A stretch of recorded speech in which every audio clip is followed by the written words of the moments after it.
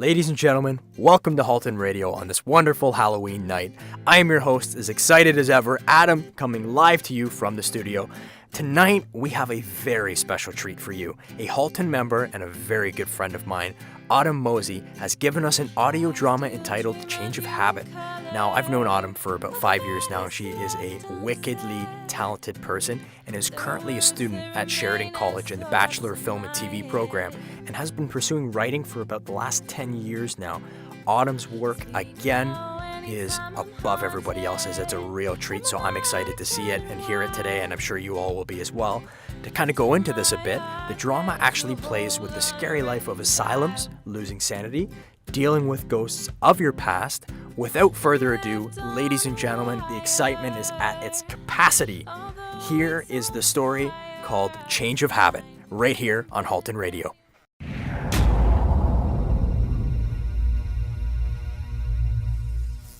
Patient 4869, Elizabeth Warsnop. Brought in by parents last night, age 18, symptoms delusions and hallucinations. Complaints of talking to herself and making plans with imaginary people. Threat to the ones around her. I am going to do a consultation with the patient to judge level of treatment required.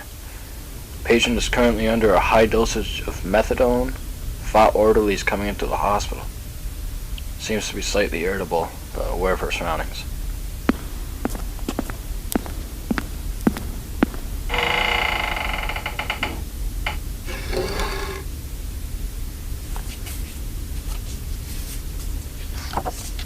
Hello, Elizabeth. Is it okay if I ask you some questions? Where am I? Currently in the Graceland Institute for the Mentally Insane. You were brought in last night by your parents. You remember anything? No, I was with my friend last night. We were sitting in my room and then I don't remember anything. Can you tell me about your friend? He's my best friend. I love him. Mom and Dad never let me see him because they don't like him. Well, your parents like him. They say he isn't good for me. They say I need to get better, and in order for that to happen, I need to get rid of him. You think you're sick? No, I have no idea what they're saying.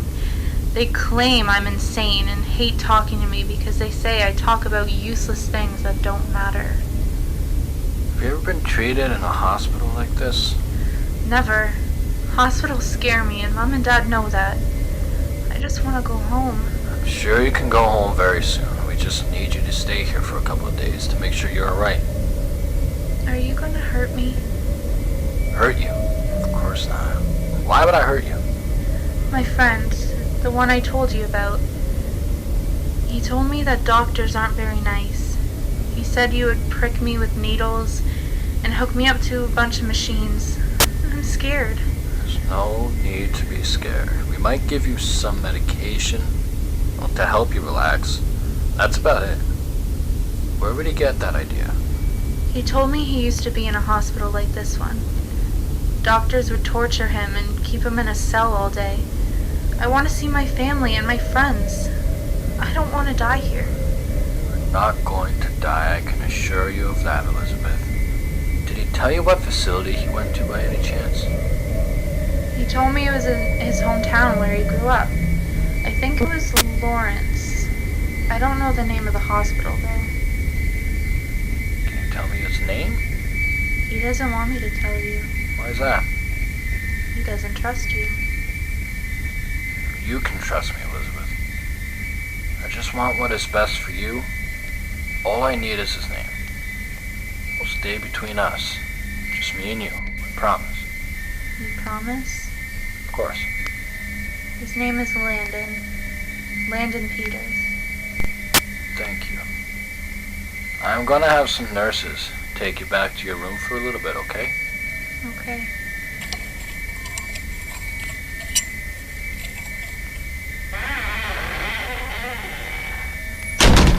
Patient 4869 seems very unstable. Unsure of her reasonings to be in the institution. Seems infatuated with Landon Peters. I will have to research him and the asylum he attended. Elizabeth is showing great signs of schizophrenia, medicated within the next hour with a higher dosage of methadone. Starting low dosage of Thorazine in the morning to rid the hallucinations.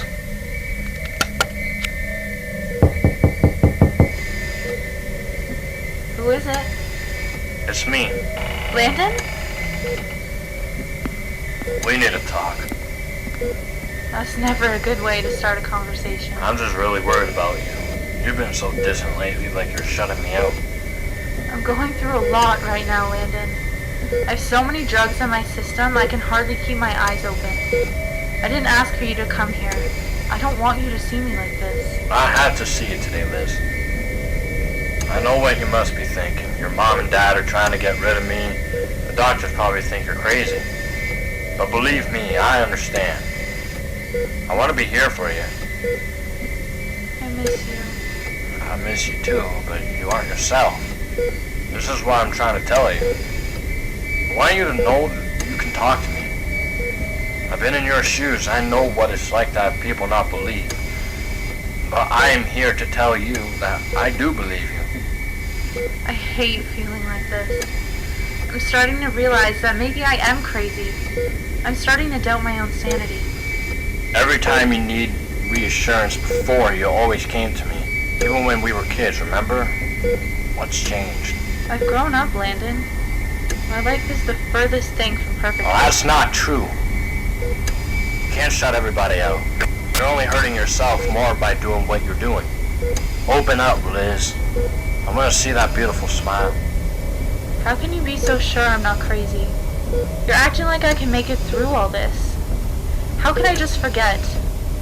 I've been trapped in the hospital with people telling me I'm insane. I feel like I can't hold on anymore. You look at it as glass half empty, and I look at it as glass half full. I'm trying to help you. You have to be strong, honey. You can't even look at me right now. Your parents aren't going to stop until they medicate you, even though there is nothing wrong. You don't understand. You have no idea what it is like to feel numb all the time. To be told you're useless and stupid and that I'm not right in the head. Sitting in a room full of people, feeling more alone than ever. Staying up late at night, crying yourself to sleep. How could you possibly know what it's like to fight every urge in your body not to give up? How could you know what it feels like to be so worthless? Because I've been through this, Elizabeth. I sat in a room just like this, and I had doctors feeding me pills morning, day, and night. I had needles sticking out of every part of my body, and I had machines attached to me with beeping so loud I couldn't even hear my own thoughts. I wanted to die. That way it would be easier for me to get by instead of living in that hell. I can tell you aren't right. I can see just by looking in your eyes. So look in my eyes and tell me you don't see the pain inside of me. Tell me I don't understand. Tell me I don't know. Because I do this. I understand everything. And I'm trying to help you, but if you can't help yourself, how can I even start to help you? I'm like a prisoner trapped within the four walls of my own home. You can say that you want me back. Hell, I want me back. I don't know if that's even possible or if I'm just in too deep already. I am here listening to you now. There's a difference between hearing someone and listening to them. I'm sure you feel like people only hear the words you are saying, but I understand them. Fuck, I lived through them. Just don't give up on yourself. Don't give up on me.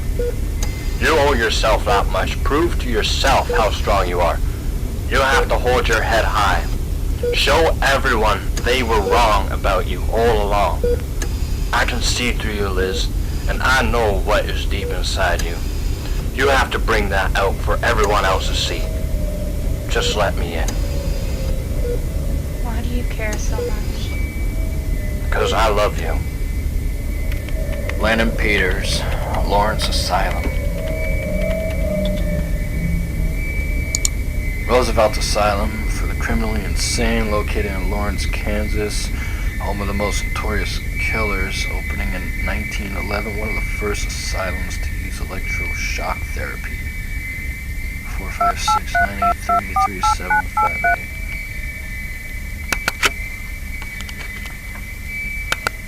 Hello, my name is Dr. Hanner, and I'm the lead physician at the Graceland Institute. And I was wondering if I could get some information on a former patient of the asylum. I see, you are just a hospital now, not an asylum. Would you still have the records on hand? His name's Landon Peters. Could you tell me why he was in the asylum in the first place? A serial killer. Known 52 victims. What was he diagnosed with? Multiple personality disorder, as well as schizophrenia. Could you tell me where he is now? He was a patient in 1917. That's impossible. He was killed by one of the guards trying to escape in 1934. Oh my God.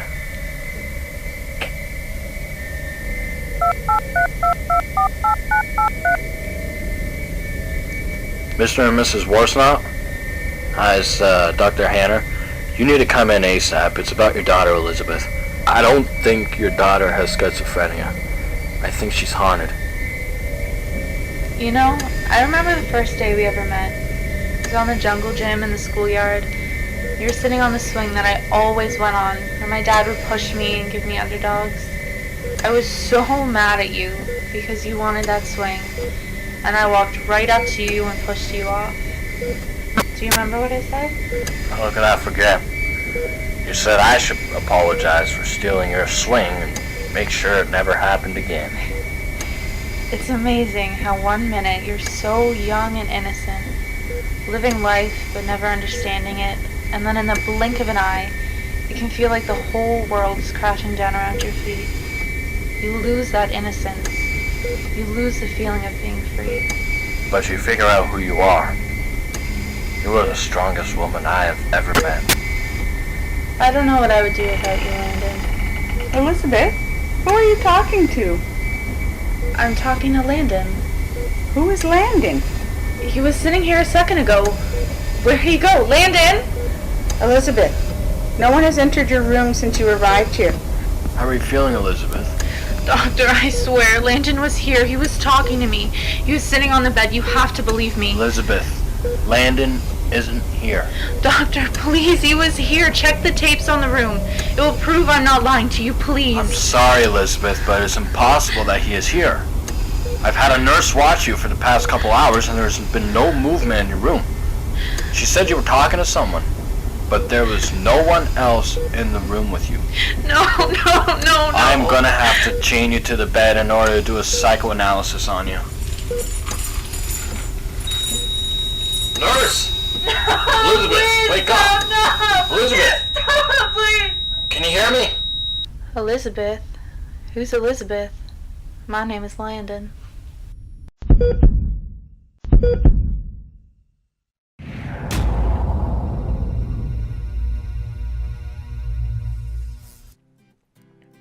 Ladies and gentlemen, welcome back. And that was Change of Habit by Autumn Mosey. I gotta tell you guys, wow, what a story. And it's always special when you see somebody going against their own sanity and questioning everything about themselves to see if it's really true.